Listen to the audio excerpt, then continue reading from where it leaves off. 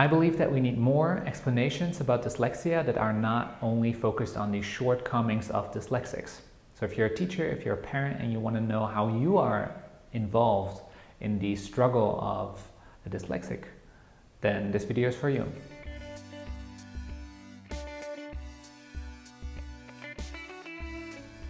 This concept has been published in 1987 and is still used today, especially in Germany because they published in German. And what they describe is a vicious cycle that dyslexics find themselves in. Here we have an overview of this concept, which is actually mostly used within learned therapy. And what we see is that different areas are taken into consideration.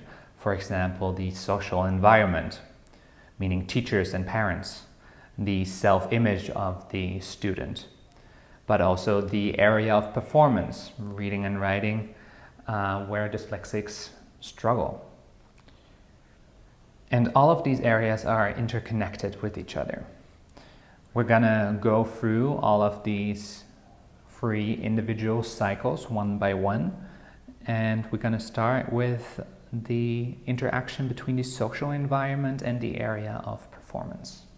This negative cycle can start gaining momentum as soon as teachers prepare for a class. When they're thinking about tasks to give the students, they normally think about the group as a whole. The problem with that is that dyslexics, especially in the area of reading and writing, fall out of this norm, and therefore tasks are not appropriate for these individuals. As a result, the answers that they give are normally not very satisfying, or the reading speed is not fast enough, and people, parents, teachers start to worry. These worries lead us now to the next major element of this theory, which is characterized by the interaction between the social environment and the student and his or her self-image.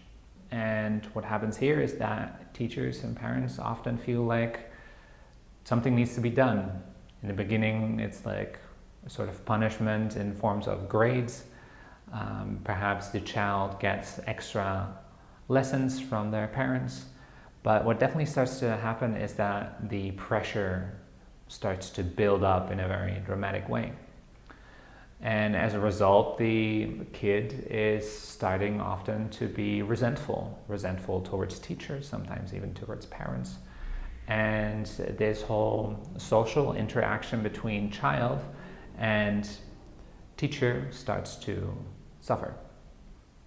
This is especially true if punishment and pressure is present on a regular basis, because then it starts to have a really negative influence on the self-image of the students and on the self-esteem of the student.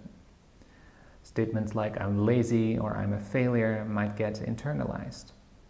So now we reach the 3rd element of this concept, and it's all about the interaction between the student and his or her self-image and the area of performance, for in this case reading and writing.